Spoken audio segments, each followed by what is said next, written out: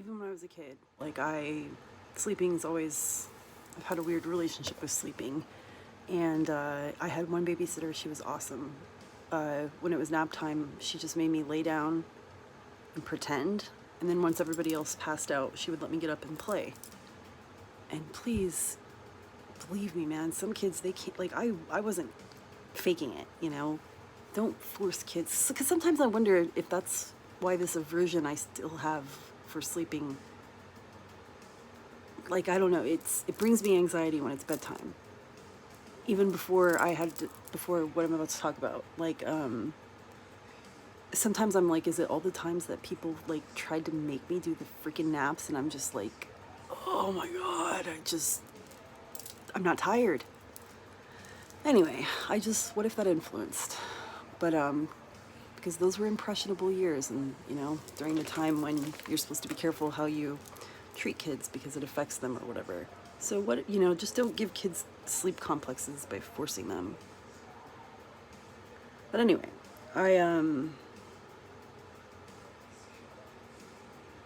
then, you know, my first antidepressant I took, it gave me insomnia so bad that like I stopped going to school, and my mother homeschooled me for a few months. And presently I take Minipress for some bad dreams. And sometimes, yeah, I feel kind of guilty saying they're bad dreams because I'm so happy in them. Some of them. I do have some nightmares that are just, you know, those are central to the flood, and they're I've always had flood dreams too, always. But they were like world events, like the world is ending, there's a tidal wave coming. And I've always dreamed about being in Abilene. There's a tidal wave coming from Houston, and we're gonna feel it in Abilene. Like, that's what I mean, but like the world's about to go under. I've always had weird apocalyptic dreams about the flood. Now, though, they are specific to locations, like wherever I am, I'm running, trying to get home to, like, there's a dog chained to the fence and it's gonna flood, so I need to, obviously that's very stressful, because the idea of an animal drowning, you know? And, you know, last week I had one where it was, I'm running home, I think animals, to save an animal before it, in my dream, I guess flooding just like immediately happens. I don't know. But I'm running home, and I'm in Abilene. I'm running through like the back, the alleys. I'm running through the alleys. And I hear this lady, and she's like, I'm gonna just tear you up, and I hear a little voice. She's talking to a tiny little girl. And she's saying she's gonna tear her up, and she's gonna fuck her up. She's saying stuff like that. And I become furious, and I'm just like, I gotta take care of this first. And I go, and I don't knock. But the second I walk through the door, I felt very calm, and I had I knew I have a new plan, and I just had a very gentle voice, and I was like, let's see if we can solve this without any violence. Basically, but I was letting that lady know, like, I will rip you apart if you rip her apart, you know? And somehow, I remember afterwards, I had somehow cured her, right? Of being an abuser. I don't know. So that one kind of ended well, obviously, but then I have these other dreams, and these are the ones that really, really fuck me up.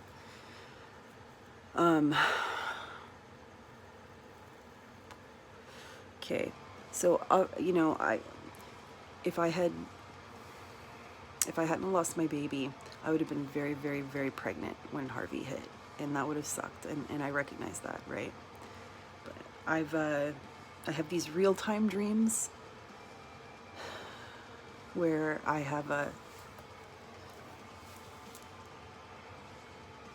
toddler now, is what I'm trying to say. I've watched my baby grow up in my dreams, and my ex is there, and he's 50 pounds heavier, and he's got his long hair. He looks how he looks when I first met him. He's very healthy, like his face. And sometimes, and I know that because sometimes in my dream, there's like a flicker where I'm like, I'm pleased when I look at his face because it's full and he's not, I mean, because my ex lost a lot of weight.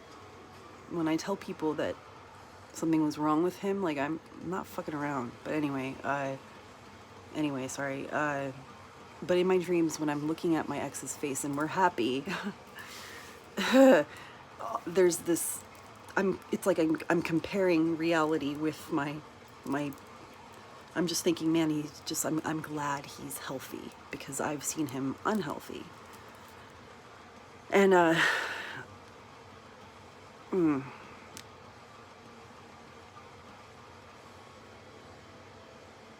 yeah. A reoccurring dream I've always had. Not always, but since these fucking dreams started, which was... My grandmother, first of all, she was not on board. She wanted me to have an abortion. That's relevant to the bad dream aspect of it. But in my dream, she still lives in this old house she had on Pebblebrook, right around the corner. And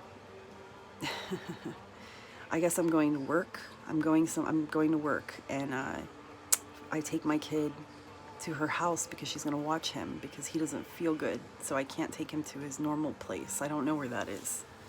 I can never take him. I always have to take her over there specifically because he's sick and I have to work.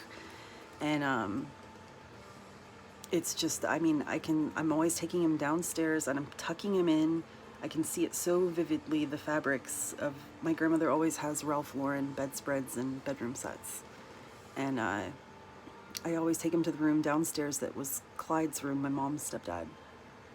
And I tuck him in and I give him a little kiss, and for whatever reason, I always put a stack of 20s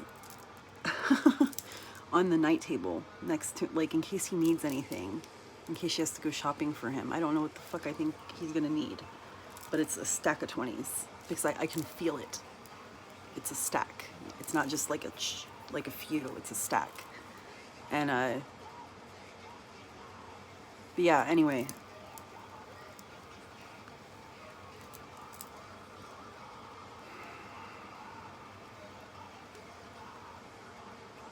It's fucked. A time or two, I'm just like, am I absolutely certain that this isn't the fucking nightmare? How do I know I'm not asleep right now?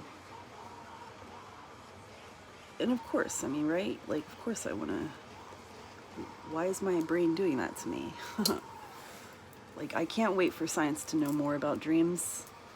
I mean, I've thought it extensively, like maybe this is a alternate dimension, right? Where that's how my life is playing out if things had been different.